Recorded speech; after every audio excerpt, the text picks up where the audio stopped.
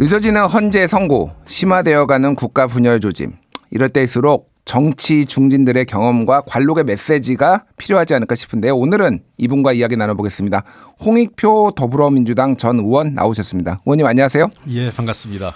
의원님 원래 중구 성동 갑 요 지역에서 3선 의원을 하셨고 예. 지난 총선에서는 이제 서초 민주당 입장에서는 험지인 서초을로 가셔서 그때 이제 선전을 하셨는데 3선 의원 하시고 지금 이제 의원이 아니시고 뭐 한동안 노셨잖아요. 그러니까 근황을 굉장히 궁금해하는 분들이 많더라고요. 네, 우선은 제가 작년 한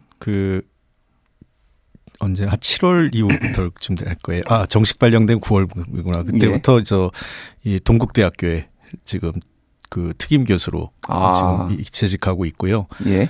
그리고 또 뭐 여러 가지 또 저도 이제 서초을 지역위원장은 계속 맡고 있기 때문에 지역구 활동도 좀 하면서 또 그 좀 책도 글도 좀 쓰고 있고요. 등등해서 의외로 백수가 과로사 한다고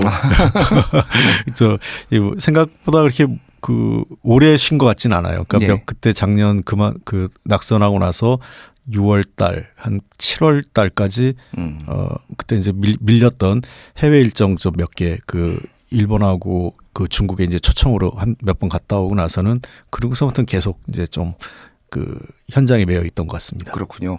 근데 또 뉴스가 하나 있었는데 지난 15일이었는데 국민주권 전국의회 창립대회가 개최됐는데요. 의원님께서 상임 집행위원장을 맡으셨습니다.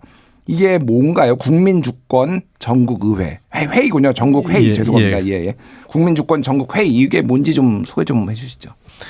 네, 뭐 그동안 여러 가지 이제 현장에서 정치 현실의 문제점을 가졌던 분들이 뭔가 단체를 만들고 뭔가 정치적 변화를 좀 가져보자라는 얘기를 계속 했었어요. 예. 그래서 몇 분이 이제 저한테 찾아와서 상의도 하고 방향성에 논의했는데 가장 큰 방향은 첫 번째가 대한민국만 아니라 전 세계적 위기죠. 대의민주주의가 한계에 부딪힌 거 아니냐. 그래서 대의민주주의를 물론 뭐 그렇다고 대의민주주의를 부정하는 건 아니고요. 대의민주주의 한계를 좀 넘었으면서 발전된 ICT 환경에 기반한 좀 더 직접 민주주의가 가능성을 좀 높이는 그런 정치 개혁을 좀 해야 되는 것 아니냐. 예.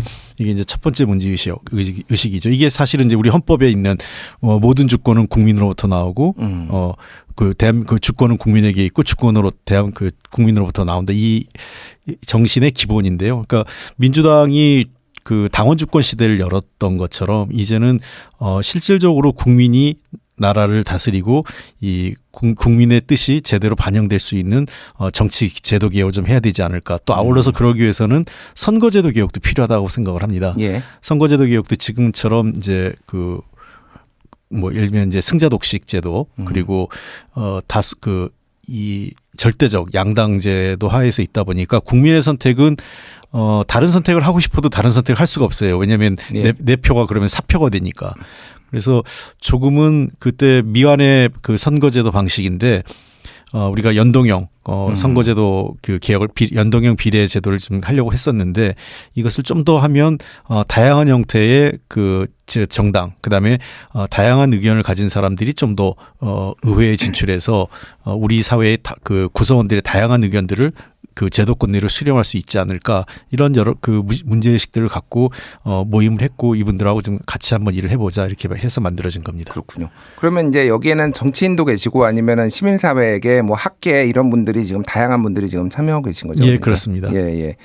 궁금한 게 이제 일종의 이제 개헌론하고도 좀 맞물린 것 같아요. 그러니까 물론 이제 민주당 특히 이재명 대표는 지금 개헌은 아직 내란 종식이 되기 전까지는 개헌하고는 좀 선을 긋지만은 이게 뭐 이제 아직 언제가 될지 모르지만은 윤석열 대통령이 이제 파면이 될 가능성이 높고 그럴 경우에 이제 개헌론도 좀 나올 수 있는데 그럼 국민주권 전국 회의에서 조금 주도적으로 어떤 개헌론이나 이런 것도 조금 이끄는 이런 건가요? 예, 당연히 의견을 낼 생각이고요. 그러니까 이재명 대표가 개헌론에 소극적이다 이건 아니고 지금 만약에 이재명 대표가 개헌 얘기를 하면 아마 개헌 얘기가 모든 논란의 블랙홀이 돼버릴 겁니다. 예. 그래서 이 대표하고도 제가 의견을 교환한 적이 있는데 현실적으로 개헌이라는 게 지금 만약에 이제 탄핵이 인용되면 대선까지 불과 한 2달 바뀌지 않습니까? 60일 이내니까요. 예. 그런 기간에 개헌을 마무리한다는 건 좀 현실적으로 불가능하고 크게 보면 우리 개헌의 성격은 두 가지일 것 같아요. 하나는 권력구조 개혁. 권력구조 개혁에선 대체로 지금 정치권이나 국민적 합의가 가장 모으기 쉬운 거는 4년 중임제, 정부 통령제. 이게 이제 그 권력구조에 대해서 물론 아주 구체적인 내용을 뭐 이 감사원을 어떻게 하고 이런 거는 좀 있지만 큰 틀에서의 권력구조는 거기에는 합의가 가능할 것 같고. 예. 그리고 두 번째는 단순히 헌법 개혁이 권력구조만 바꾸는 게 아니라 변화된 우리 사회 현실을 좀 반영해야 된다.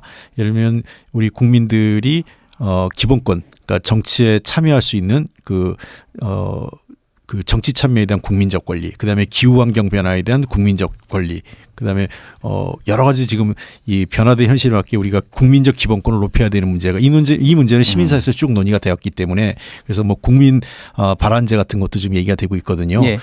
그래서 그런 문제들을 다 포괄하는 개혁을 개헌을 하기 위해서는 조금 더 시간이 그러니까 이 공론화 과정이 좀 필요하다 생각을 합니다. 그래서 저는 이재명 대표도 같은 생각인데요. 제 의견 한번 들어봤는데 저도 이제 그 얘기 전달을 했고요. 예.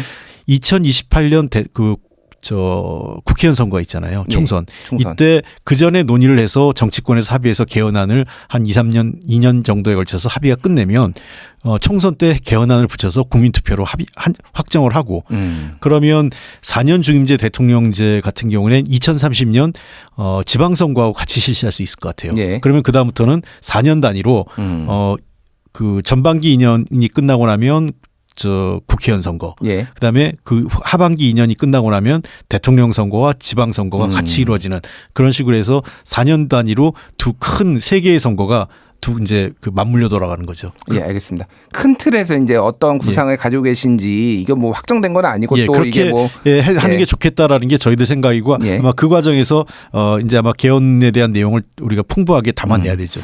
이제 뭐 아직 완벽하게 이게 좀 논의가 막 나온 건 아니지만 일각에서는 2028년에 대통령 임기를 3년만 하고 지금 이게 4년 중임제로 하는 거를 전제로 했을 때 총선과 대선을 같이 치르느냐 아니면은 지방선거와 대선을 같이 치르냐 요게 좀 차이가 있는 것 같아요. 지금 그러니까 그러면 중간평가 일종의 중간평가 성격이 총선이 되느냐 지방선거가 되느냐 요거 차이가 이제 2028년 대선 2030년 대선 이렇게 나뉘는 것 같은데 지금 의원님께서 보시기에는 어쨌든 2030년에 지방선거와 대선을 행정권력 이쪽에 이런 거를 같이 뽑고 그리고 의회 권력은 2년 뒤에 중간평가 성격으로 하는 게 좀 더 바람직하다 이렇게 보시는 거죠? 예, 그렇습니다. 왜 그러냐면 원래 만약에 이제 이런 윤석열 대통령이 이런 탄핵 상황이 없었다면 윤 대통령의 임기를 한 1년 정도 단축하면 대통령 선거 그러니까 그 27년에 있는 대통령 26년이죠. 26년에 지방선거와 대통령 선거를 함께 치를 수 있었어요. 그럼 대통령 임기를 대략 한 1년여 정도 단축시키는 효과가 있는 거죠. 그렇게 해서 뭔가 개헌을 해보자는 논의를 했었거든요. 저는 왜냐하면 국회의원 선거 입법부는 기본적으로 행정부를 견제하고 권력하는 견제하는 거기 때문에 대통령 선거하고 분리해서 치는 게 더 맞다고 생각해요. 안 그러면 우리 선거의 특성상 쏠림 현상이 있잖아요. 대통령 선거가 어떤 특정 대통령이 유리할 때는 국회의원 선거도 압승할 가능성이 높은데 대선을 이기는 곳이 총선을 이길 가능성도 높죠. 예, 그렇습니다. 저는 그래서 너무 그렇게 특히나 압도적 승리를 가져가는 경우 뭐 박빙의 승리가 되면 모르겠는데 자칫 압도적 승리로 가가지고 의석까지 독점하고 대통령 권력까지 차지한다면 저는 받지 않는 권력이 생긴다고 생각을 합니다. 기본적으로 모든 권력은 균형과 견제가 핵심이기 때문에 그래서 국회의원 선거하고 대통령 선거를 분리해서 치르는 게 좀 더 민주주의 안정성에 도움이 되지 않을까 이런 생각이 있습니다. 알겠습니다. 그 의원님께서 이제 우리도 좀 직접 민주주의를 좀 더 잘 구현할 수 있는 방안들을 좀 고민해야 된다. 그게 이제 국민주권회의의 어떤 목표라고 하셨는데 지금은 뭐라고 할까 좀 광장의 정치. 가 사실상 한국을 좀 지배하는 것 같아요. 이것도 어떻게 보면은 직접 민주주의라고 볼 수도 있지만은 이제 시민들의 의사 표출. 근데 이게 좀 극렬하게 서로 좀 대립하고 좀 갈등이 더 커지는 것 같거든요. 지금 민주당도 어쨌든 지금 도보행진도 하고 지금 8일 정도 됐나요? 지금 그 정도 된 것 같은데 지금 어떻게 참여하고 계시죠? 어떻게 좀 보고 계십니까? 그러니까 제가 생각하는 이제 직접 민주주의, 그러니까 물론 이제 우리가 좀 주의해야 될 것은 포퓰리즘은 주의해야 되겠죠. 전 세계적으로 포퓰리즘의 위기는 맞고요. 저는 이 포퓰리즘으로 갈 거냐 아니면 직접 참여형 직접 민주주의를 할 거냐의 차이는 우리가 그 어떤 현장, 그러니까 광장에서의 이 요구를 제도화하고 규범화할 필요가 있다고 생각을 해요. 예. 그러니까 이런 그 제도하고 규범화되지 않은 이 분출되는 것들은 자칫하면 아까도 얘기했지만 너무 극단으로 가거나 기존의 그 제도권 정치를 흔들 수 있다고 보는데 저는 지금 당장 우리 현실에서 직접 민주주의를 간다고 해서 대의 민주주의를 부정하거나 그것을 무력화시키는 방식이 아니라 현재 대의 민주주의가 전 세계적으로 한계를 보이는 건 맞습니다. 예. 그 기존의 정당들이 정치적 현실, 사회경제 현실과 떨어져 있고 다양한 목소리를 수용하지 못하는 문제가 있기 때문에 그러한 문제를 보완하는 직접 민주주의 형태를 가기 위해서 예컨대 과거 그리스 때 했던 우리 그 민회 같은 게 있었잖아요. 예. 그런 민회를 저는 충분히 제도권 내에서 틀로 만들어낼 수 있다고 생각해요. 그러니까 국가적 차원은 어렵다 하더라도 예. 지방 정부에서 그 예를 들면 그 자치단체, 그러니까 기초자치단체하고 더 나가서 광역자치단체에서 기존에 우리 그 의회가 있고요. 이거는 그 과거 그리스 로마 시대에도 의회는 있었지 않습니까? 그와 별개로 주민들이 자신들의 의견을 낼 수 있는 민회 같은 것을 저는 제도화하고 규범화해서 시범적으로 한번 운영해 볼 수 있지 않을까. 그래서 기존에 그 지방의회하고 예. 이런 민회가 그 서로 간에 견제도 하고 행정권력에 대해서 그 마찬가지로 같은 목소리를 내기도 하고 그 직접 민주주의 참여의 그 어떤 모델을 만들어낸다면 저는 훨씬 더 좋은 모델이 날 거라고 생각하고요. 특히 뭐 저는 당장에 그 국회 국민 소환제는 여러 가지 또 그 논의가 있을 수 있기 때문에 국회의원 국민 소환제. 그렇죠. 예, 그 소환제는 좀 더 신중하게 접근하되 국민 발언제는 적극적으로 해볼 필요가 있다고 생각을 합니다. 그러니까 전 그래서 좀 더 긍정적인 면에서 좀 예. 하고요. 제가 그때 한번 호주를 갔더니 호주에서는 이보팅을 하더라고요. 그 전자투표를. 전자투표요. 예. 예. 그래서 전자투표를 당장 아직 뭐 지금 뭐 부정선거 논란도 있고 그런데 들어오면 난리 날 것 같은데요. 예, 저는 그래서 이제 선출, 그러니까 뭐 국회의원을 뽑거나 대통령을 뽑는 선출 방식의 이보팅을 활용하는 게 아니라 어떤 그 정책적 현안을 결정할 때 이보팅을 좀 더 적극적으로 활용해보는 예. 저는 그런 그 정치적 실험을 해볼 필요가 있지 않을까 알겠습니다. 하는 생각입니다. 예, 그 포퓰리즘이 대두되고 있고 그게 대의민주주의가 이제 위기다 이런 진단을 해주셨는데. 이게 뭐 많이들 이제 회자되는 그 이제 최근에 이제 저서가 있잖아요. 어떻게 민주주의는 무너지는가. 그러니까 스티븐 레비츠키와 예. 데니얼 이제 지블렛이라는 학자들이 쓴 건데 여기에서 이제 민주주의와 이런 대의민주주의가 이제 무너지는 원인 그 징후들의 하나로 상호 관용이 없어지고 제도적 자제가 이제 없어졌을 때 이게 온다라고 얘기를 하고 있거든요. 이제 민주당을 비판하는 분들이 얘기하는 거는 탄핵을 어떻게 29번이나 남발을 하느냐. 그러니까 이거야말로 제도적으로 자제를 있다고 하더라도 조금 상호 관용도 하고 제도적으로 좀 자제를 했어야 되는 거 아니냐 이런 말씀들을 좀 하시거든요. 그거는 좀 어떻게 보십니까? 뭐 저는 그런 비판은 달게 받겠습니다. 뭐 그 과거 좀 민주당이 무리한 부분이 있다 이런 것 자체는 인정을 하겠는데요. 그러나 그 전에 이렇게 생각을 해보면 좋겠어요. 왜냐하면 민주당이 여러 차례 해임 건의안을 했잖아요. 예. 통상 그 국회가 해임 건의안을 한 10번 하면 그중에 절반 정도는 수용하는 게 일반적인. 그러니까 그리고 국민적 요구도 상당했을 때 가장 대표적인 게 이태원 사건 났을 때 행안부 장관. 예. 뭐 그리고 최상병 났을 때 국방부 장관이라든지 등등 여러 가지 현안에 대해서 국회에서의 해임 건의안에 대해서 윤석열 대통령이 거의 모르쇠를 일관했어요.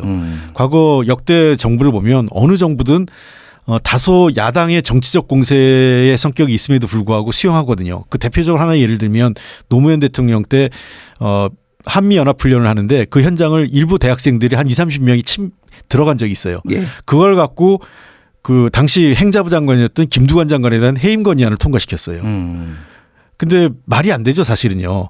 그 뭐 경찰청장이 책임을 지고 어떤 예를 들면 그 해당 지역의 지방 경찰청장이 물러나는 것 정도면 모르겠지만 행자부 장관을 물러나게 하는 건 무리했는데 예. 그때도 그걸 수용했거든요. 그래서 노무현 자진 대통령이. 사퇴하셨죠. 자진 사퇴했죠. 예, 예, 그러니까 예. 국회 해임 건의안이 통과되고 나니까 김두관 장관이 자진 사퇴 형태로 했고 노무현 대통령이 그걸 수용했지 않습니까? 저는 만약에 윤석열 대통령이 그런 몇 번의 그 수용하는 모습을 보였고 그다음에 국민적 여론이 경질에 대한 요구가 높았거든요. 해임에 대해서.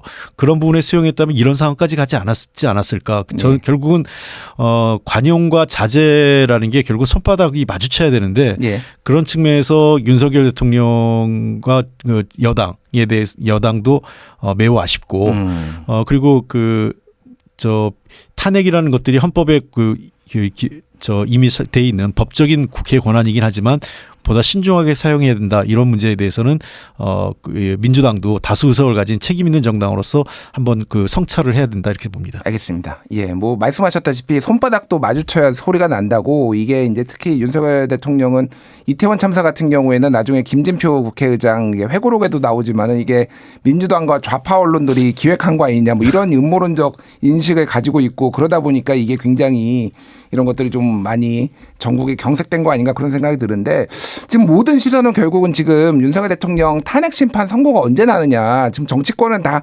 온통 그거로 쏠려 있는 것 같아요. 그럴 수밖에 없는 게 그 이후에 뭐 많은 이제 변화들이 있을 것이고 지금 모든 것이 사실 교착 상태다. 그리드 락이다. 이런 얘기들이 나오는데 생각보다 지금 지연되고 있다. 뭐 이런 평가들이 나옵니다. 의원님이 보시기에는 지금 왜 이게 좀 늦어진다라고 예상보다 늦어진다고 좀 보시는지.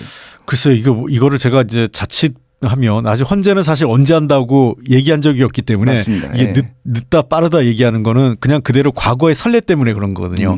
노무현 대통령 기각 당시 한 60여일, 그다음에 박근혜 대통령 한 90여일 정도 했기 때문에 그거보다 늦어진다 이러는 건데 저는 뭐 헌법재판소의 재판관들이 이거에 대해서 뭔가를 뭐 정치적 고려나 이런 걸 한다고 생각하지는 않습니다.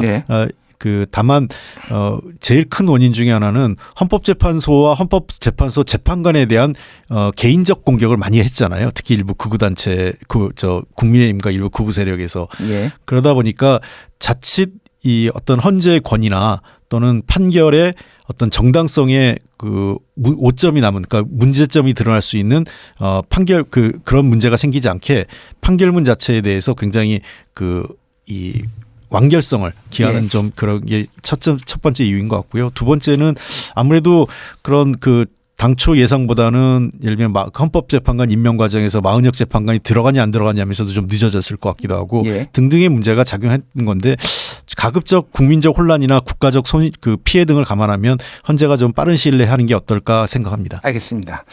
자, 최근에 지금 미국 에너지부가 우리나라를 지금 민감 국가로 이제 리스트를 올려 민간 국가와 그 외의 국가들로 이제 리스트에 하단에 올렸는데 이게 지금 정치권과 이제 이 관가의 일파만파예요. 이게 1월 달에 올렸는데 바이든 정부 말기에 1월 달에 올렸는데 우리 정부에서는 2달 동안 아무것도 몰랐고 최근에야 이제 올라갔다라는 거를 이제 확인을 한 건데 이게 지금 왜 이유가 뭐냐. 핵무장론을 윤석열 대통령과 관료들이 계속 지속적으로 얘기해서냐 아니면은 그러니까 계엄을 미국에 알리지도 않고 계엄을 한 것에 대해서 바이든 대통령이 화가 났다. 그래서 올린 거냐 아니면 산업 스파이 이슈가 있더라고요. 2023년에 이제 원자로 소프트웨어를 가지고 출국하려다가 이제 적발된 사례가 있어서 이렇게 올린 거냐 여러 가지 이슈들이 있던데 요 사안은 좀 어떻게 보고 계십니까? 이게 근데 꼭 마치 무슨 데자뷰 같아요. 이게 1981년에 1월에도 지정이 됐어요, 한국이. 아, 그랬었나요? 예. 그때도 카터 민주당 정부에서 레이건 정부로 넘어가는 81년 1월에. 그때도 근데 80년에 광주 민주화 운동과 관련된 군사 비상계엄과 쿠데타가 있었잖아요. 그러니까 그게 마치 데자부처럼 지금 2025년 1월에 또 여기서 지금도 바이든 민주당 정부에서 트럼프 공화당 정부로 넘어가는 과정. 4년 단임 정부도 비슷하네요. 그러니까.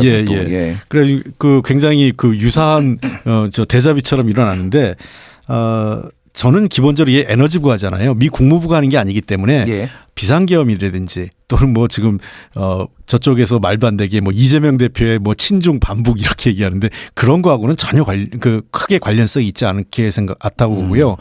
에너지부가 선정하는 건 크게 이제 세 가지입니다. 에너지부라고 해서 미 국가 안보를 고려하지 않는 게 아니라 에너지부와 관련돼서 미 국가 안보에 영향을 주는 나라. 그러니까 에너지적인 측면이죠. 에너지 과학기술 측면에서. 그리고 두 번째가 테러 지원.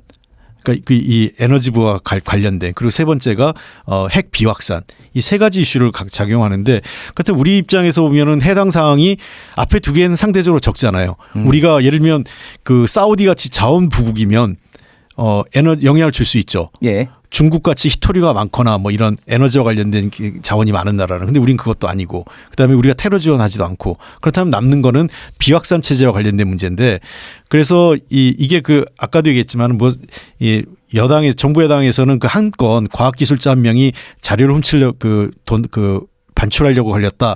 이 한 건만 갖고 하는 게 아닙니다. 이거 되게 1년여 이상의 기간을 워치를 한 거, 그 감시를 한 거예요. 아, 그렇군요. 예, 여러 가지 이거를 검토하고 그러니까 이런 그 핵과 관련된 핵 기술과 관련돼서 한국이 실제로 비확산과 관련돼서 뭔가 우려되는 측면. 그러니까 그 두 가지겠죠. 하나는 그 능력의 문제. 능력은 있다고 보는 거죠. 예. 그리고 두 번째 더 심각하게 보는 건 의지의 문제입니다.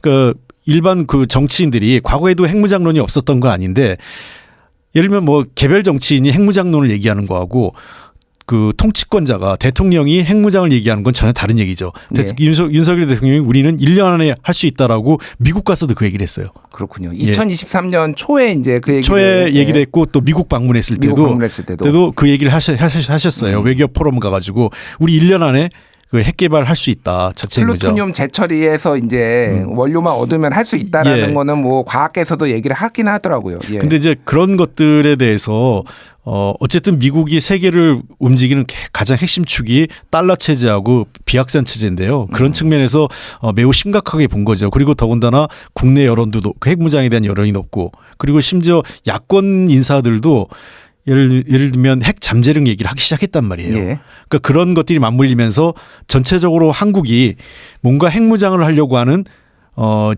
그 움직임이 만만치 않다. 좀 더 민감하게 감시해야 되겠다. 이런 것들이 맞물렸다고 봅니다. 알겠습니다. 어쨌든 지금 뭐 이제 우리가 명확하게 확인할 수 있었던 거는 한미 동맹의 심각한 균열까지는 아니더라도 이상 징후가 나타났다라는 거를 부인하기는 조금 어려울 것 같고. 그렇죠. 신뢰하기가 좀 어려운 미국이 우리나라를 신뢰하기 좀 어려운 나라로 봤던 측면이 있는 거고 하나는 우리나라의 대처 문제가 좀 있는 것 같아요. 결국은 리더십 공백이 영향을 줬다고 봐야 되죠, 이거는. 그렇죠. 그러니까 이제 이렇게 보면 됩니다. 81년에도 한미 동맹이었어요. 예. 그러니까 한미 동맹하고 이건 무관한 거예요. 동맹 관리는 국방부하고 국무부가 하지 않습니까? 예. 그러니까 에너지부가 하는 거기 때문에 에너지부 입장에서는 좀 더 이 나라는 동맹이든 관계없든 좀 더 관심 있고 감시해야 될 나라다 이렇게 보는 거예요. 예. 그게 첫 번째고 두 번째 문제 핵심은 이 문제를 우리 정부가 언론이 보도하니까 그제서야 허겁지겁 알았다는 거. 그러니까 이미 1월에 지정됐는데 지금까지 한 2달여간 몰랐다가 이제 다음 달 15일 날 이제 발효되는 시점에서 알았는데 이것을 이제는 뒤집을 수 없어요. 예. 그러니까 한 1년 정도 시간이 끝나서 그러니까 이 미국의 실무부서에서 우리를 또 감시하는 거예요. 아, 위험이 민감 국가로 지정하지 않아도 신뢰할 만하다라는 것 밑에 이 실무 보고서가 올라와야 그게 제외될 수 있다 이렇게 생각합니다. 알겠습니다. 예, 시간이 많지 않은데 요건 좀 여쭤봐야 될 것 같아요. 지금 김성훈 경호차장에 대해서 경찰이 4번째 이제 구속영장을 신청을 했고 경찰이 이제 그거를 검찰이 받아들여서 청구했다라는 얘기가 있거든요. 그런데 비화폰 서버를 원격으로 삭제한 정황들도 나오고 있고 또 앞에서 제가 오프닝에서도 얘기를 했지만은 지금 뭐 이제 그때 작년에 아파치 헬기가 지금 북방 한계선 쪽으로 비행을 해가지고 북한을 자극해가지고 지금 전쟁을 유도하려는 거 아니냐 뭐 이렇게 여러 가지 지금 뭐 어지러운 상황 뭐 뉴스들이 계속 좀 나오고 있습니다. 이거를 좀 어떻게 지금 보고 계십니까? 우선 그 후자 두 번째 얘기하신 거예요. 아파치 거는 정말 사실관계 좀 해야 되는데 작년에부터 그런 얘기 많이 나왔어요. 비상계엄 가능성을 얘기할 때 이렇게 하는 게 아니라 북한과의 어떤 그 우발적 충돌을 일으키고 나서 그걸 빌미로 해서 하는 것 아니야 하는 거에 대한 우려가 당 안팎에서 계속 있었습니다. 그래서 이 문제에 대해서는 정말 심각한 조사가 필요합니다. 이거 말고도 지금 다양한 형태로 그 드론과 관련된 의혹도 제기되고 있기 때문에 한반도 내에서의 무력 충돌을 정치적으로 이용하려고 했던 시도가 있었는지에 대해서는 정말 정확하게 이 조사를 해서 책임자에 대한 엄중한 법적 처벌을 해야 되고요. 예.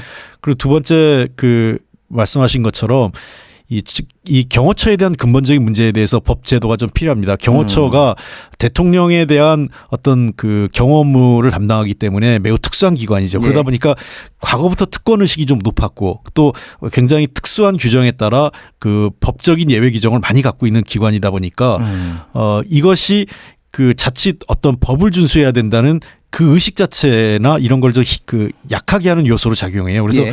차제의 그 경호처에 대해서는 법적 통제를 좀 강화해야 되고 다만 그 경호처 본연의 업무, 그러니까 대통령의 안전과 관련된 거에 대해서는 여러 가지 그 법적 예외 적용을 한다 하더라도 검찰 수사라든지 경찰 수사 이런 수사받는 것과 관련돼서는 안보나 대통령의 그 어떤 경호에 직접적인 영향이 없는 부분은 조사를 원활하게 할 수 있도록 이번 기회에 경호처에 대한 법을 국회 차원에서 손을 봐야 된다고 생각합니다. 알겠습니다. 시간이 거의 다 됐는데 짧게 요거 여쭤볼게요. 지금 뭐 탄핵 심판이 어떤 식으로도 결론이 나든 우리나라가 대한민국이 열병을 앓을 것 같습니다. 또 정치권의 중진이시고 여러 가지 현안을 걱정하시는 나라를 걱정하시는 분으로서 좀 조언과 조금 당부 좀 한 말씀 해주시죠. 예, 저는 지금 뭐 승인을 갖고 언론이 물어보는데 승복 같고요. 저는 승복은 너무나 당연한 거기 때문에 승복을 물을 필요 없다고 생각을 합니다. 예, 크게 보면 3주체인데요. 윤석열 대통령, 그다음에 그 국민의힘, 그다음에 민주당. 이 그 3주체가 저는 이거에 대해서는 합의가 돼야 된다고 생각해요. 첫째, 어떠한 폭력 행위에 대해서도 반대한다. 예. 그리고 두 번째, 그 헌법재판소의 결과가 나고 나면 광장하고 거리두기 해야 됩니다. 그리고 마지막 세 번째는 승복한다고 해서 그냥 그 방치하는 게 아니라 지지자들에 대해서 이 승복에 대한 설득과 그 설득을 위한 적극적인 메시지를 내야 된다는 거죠. 예. 그게 저는 지금의 극단적인 상황을 넘어서서 사회적 통합으로 가고 진정한 승복이라고 생각합니다. 알겠습니다. 오늘 여기까지 하겠습니다. 지금까지 홍익표 전 의원과 이야기 나눠봤습니다. 의원님 감사합니다. 네, 고맙습니다.